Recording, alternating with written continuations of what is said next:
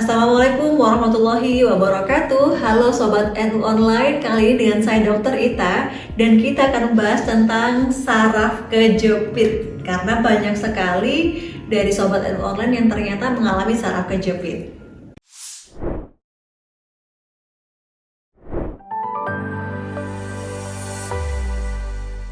Jadi apa sih sebenarnya saraf kejepit itu? Istilah saraf kejepit itu dikatakan sebagai kondisi di mana ketika saraf kita terjepit oleh jaringan tubuh di sekitarnya. Kondisi ini dapat terjadi ketika saraf terjepit di antara ligamen, otot maupun tulang.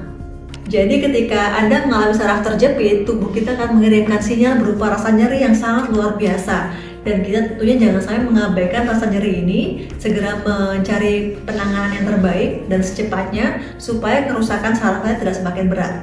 Saraf terjepit ini bisa terjadi di saraf bagian manapun di sekitar diskus dan tulang belakang. Namun di antara saraf-saraf yang ada, yang paling rentan untuk mengalami saraf terjepit ini adalah saraf di bagian tulang punggung bagian bawah. Biasanya kita sering dengar istilah HNP atau hernia nucleus pulposus, yaitu saraf di bagian tulang punggung yang bagian bawah terjepit oleh tulang di sekitarnya.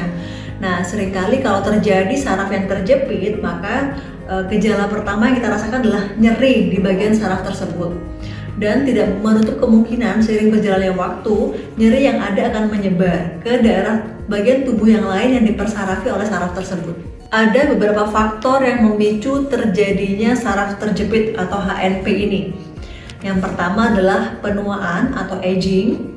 Karena semakin kita menua, maka kondisi diskus dalam tulang punggung kita semakin tidak fleksibel. Kemudian gerakan yang berulang, misalnya memutar tubuh ke bawah atau kemudian menundukkan tubuh juga dengan posisi yang tidak aman, itu juga bisa menyebabkan kondisi HNP atau saraf kejepit. Atau karena cedera, misalnya karena angkat beban yang terlalu berat, itu juga bisa menyebabkan saraf kejepit. Dan kemudian postur tubuh yang tidak baik juga bisa menjadi penyebab, ditambah dengan berat badan berlebih atau obesitas. Maka hati-hati buat teman-teman yang obes atau berat badannya berlebih, karena kadang berat badan yang berlebih bisa menekan diskus dalam tulang belakang kita untuk semakin kompak ya, semakin dia tertekan, dan semakin dia tertekan semakin besar peluang saraf di dalamnya akan semakin terjepit. Kemudian artritis atau radang sendi, terus kurang gerak juga, misalnya karena gaya hidup yang sedentary, tidak aktif, mager terus, itu juga bisa berpeluang untuk meningkatkan terjadinya saraf kejepit. Dan yang terakhir, jangan lupa kebiasaan merokok juga bisa menjadi penyebabnya. Dan kemudian inilah gejala-gejala dari saraf kejepit. Apa saja sih gejalanya selain nyeri ya, karena nyeri itu sudah pasti. Yang pertama tadi rasa nyeri karena saraf yang kejepit kadang disertai dengan sensasi terbakar. Yang kedua misalnya mati rasa, kebas, atau penurunan sensasi rasa. Misalnya di bagian yang banyak sarafnya dan mengalami nyeri, malah kadang dia justru mati rasa.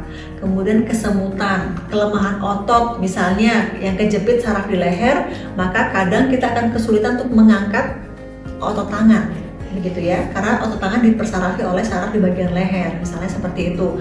Kemudian kaki dan tangan juga sulit digerakkan, tadi yang sudah saya jelaskan. Apa yang harus dilakukan untuk terapinya?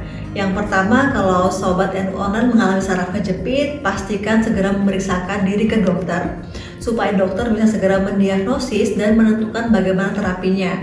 Terapinya bisa banyak opsi ya, bisa dengan obat pereda nyeri, bisa juga dengan fisioterapi, kemudian diet misalnya buat mereka yang obesitas dan lain sebagainya.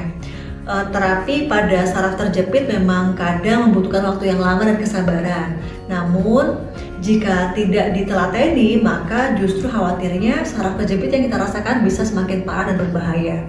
Terima kasih Sobat NU Online, kali ini kita sudah membahas tentang saraf kejepit. Sampai jumpa di episode berikutnya. Wassalamualaikum warahmatullahi wabarakatuh.